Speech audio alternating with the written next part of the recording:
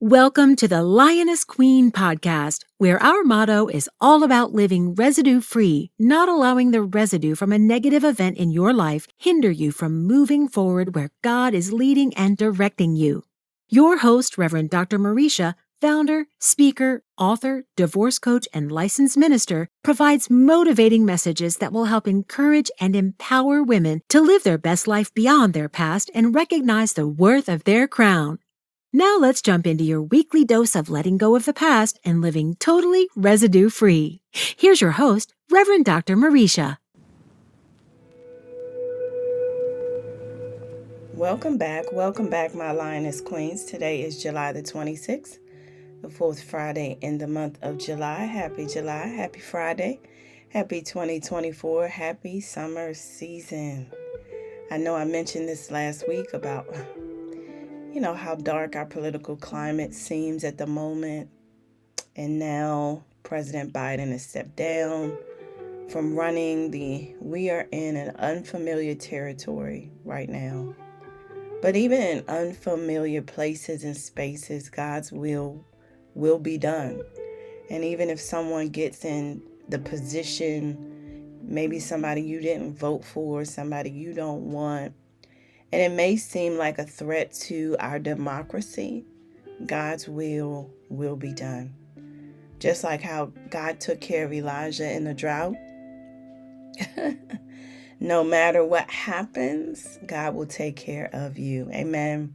Again, thank you so much for all of your support of the Lioness Queen podcast. I cannot thank you enough. I'm truly appreciative to have continued with this podcast journey for 4 years. To God be all the glory. So we're going back to, I would say this is our last session about learning how to water ourselves. And this week's episode is all about setting healthy boundaries. Setting healthy boundaries. We'll be right back.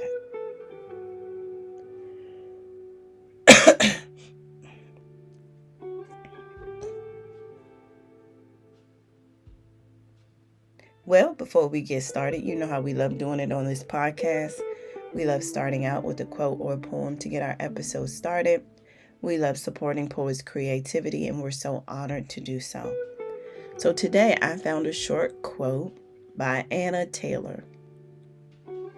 It says, "Love yourself enough to set boundaries.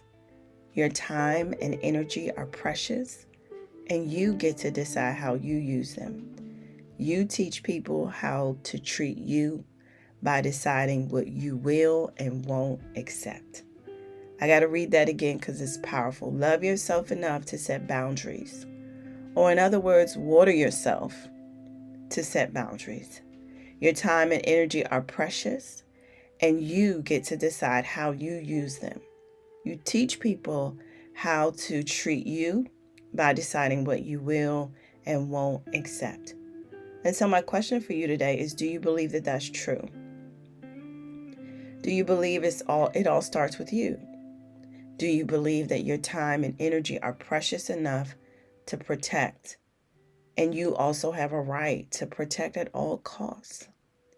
You have to know that you are worthy of protecting yourself. Sometimes I think people, especially family, can guilt trip us into thinking that our gifts are a gift to the world at any cost. Our time are a gift to our families at any cost. Our work capabilities are a gift to our job at any cost. But the answer is no. You matter, your life matters, your time matters, your energy matters, your gifts matter, and your physical, mental, and emotional well-being all matter. All three, physical, mental, and emotional, matter. And if you do not learn how to water yourself by establishing healthy boundaries, you will burn out. I'm not sure if you know, but stress kills people faster than heart disease. Because majority of the time, people do not know how to set healthy boundaries. And honestly, know that they can say no, that they can advocate for themselves. And so there are different types of ways to establish healthy boundaries. So let's dig right in. Physical boundaries.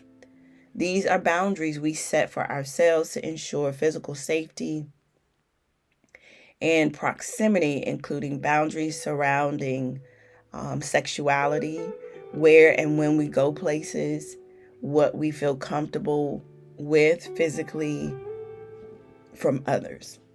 Time boundaries. Time boundaries are we set, or create a healthy schedule for ourselves.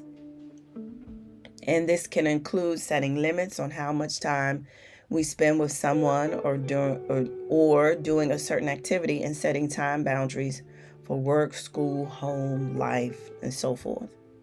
Conversational boundaries, setting limits about what topics you want to talk about and what you don't, right? What you're open to discussing, and, topics you don't feel comfortable in talking about. And this may include several topics such as politics, religion, sexual content, and others, right? Relationship boundaries are limits that are discussed and agreed upon with your spouse, friend, partner, family, co-workers, close friends. And then you have what they say personal boundaries, our guidelines and rules we set for ourselves to ensure, right, we are being aware of our own needs, putting the oxygen mask on ourselves, being aware of how we can respect and meet those needs in a healthy way. Now that we know these different types of boundaries, right, that we can set for ourselves, let's kind of dig into why it is important. And so boundaries create this guideline, this rule that you create for yourself and for others to understand, follow, and respect you. And it's also, on the flip side, for you to understand and follow and respect yourself, right? Some advantages of setting these healthy boundaries can include a healthy mindset, to refrain, like I mentioned before, from burnout, implementing respect into your life, because you got to respect yourself as well, and good emotional and mental health, right? You matter. Your life matters. Your time matters. Now, let's pick a few of these boundaries and go over, right? And so the physical and relational boundaries, right?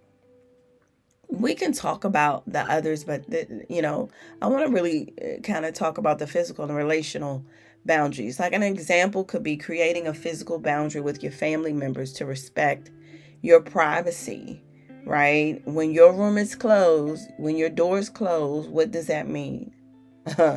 It means this is my time. It means do not disturb me. Do not barge in, knock, right? Sometimes, I've even seen young people not even knock on the door and just come right in, right? You have to set those boundaries even for your children. Another example could be setting a relationship boundary with your spouse that maybe certain things you feel uncomfortable with. Maybe in the moment you don't feel like intimacy and you just want to hold hands or you just want to hug until you feel comfortable, right? Maybe in that moment you don't feel comfortable and you don't want to. And so this is a great opportunity to have a conversation about your boundaries, about how you feel in the moment, right? And why you feel that way. And you would hope that, your spouse would respect that decision. And so once you kind of have your boundaries really defined, right? Again, communicate the boundaries, right? So people are not misunderstood by what you're saying or you're doing, And so like the two examples I gave, this could look like putting a sign on your bedroom door that says knock before entering, right? Or do not disturb. You have it on the hotel room. Do not disturb. Don't knock on my door, right? Maybe that's needed. So the children know, okay, this is mommy time, right? Mommy, I need to give mommy time. She needs time, For a relationship, this could, having a conversation with your spouse about what you are comfortable and not comfortable with doing, right? I think that is really critical where in some relationships, men and women have different experiences and are comfortable with certain things because of previous relationships. And you may think that the one that you're with now may be willing, not realizing that they may not be comfortable with. So communicate, right? And let people know where you are, what you're thinking, right? And then, you also want to talk about and communicate what does it look like when the consequences are broken? When those boundaries are broken, what does that look like, right? How will you communicate that? What would that conversation look like? Discussing why, the need for communicating before it's broken is necessary, right? And there's a consequence for if you overstep my boundary, right? Because this is what I step. This is what I set up. This is what's comfortable for me. This is my safe space, right? And we all should have a safe space, amen. And so boundaries differ from person to person. It is not a one size fit all, and boundaries can change, right? Setting boundaries can be a great starting point. Definitely, especially if you're starting a new relationship, right? If this is a new marriage, you want to set boundaries in the beginning. You know, you want to establish boundaries with your boss, maybe a coworker, family member, anyone that you engage with. Sometimes when you have parents and you are an adult, parents sometimes don't understand boundaries because they still believe you are their child. So you have to set these up so that people can honor and respect them. And if you're ready to start making boundaries, start by setting one boundary with one person, right? Or one activity. And then keep adding boundaries, right? From there until you feel safe and comfortable with applying it in your everyday life. Man, where did the time go? But watering yourself, we talked about a lot of good nuggets, but this one is really key. We have to learn how to set healthy boundaries. Everyone may not understand, but like the quote says, right?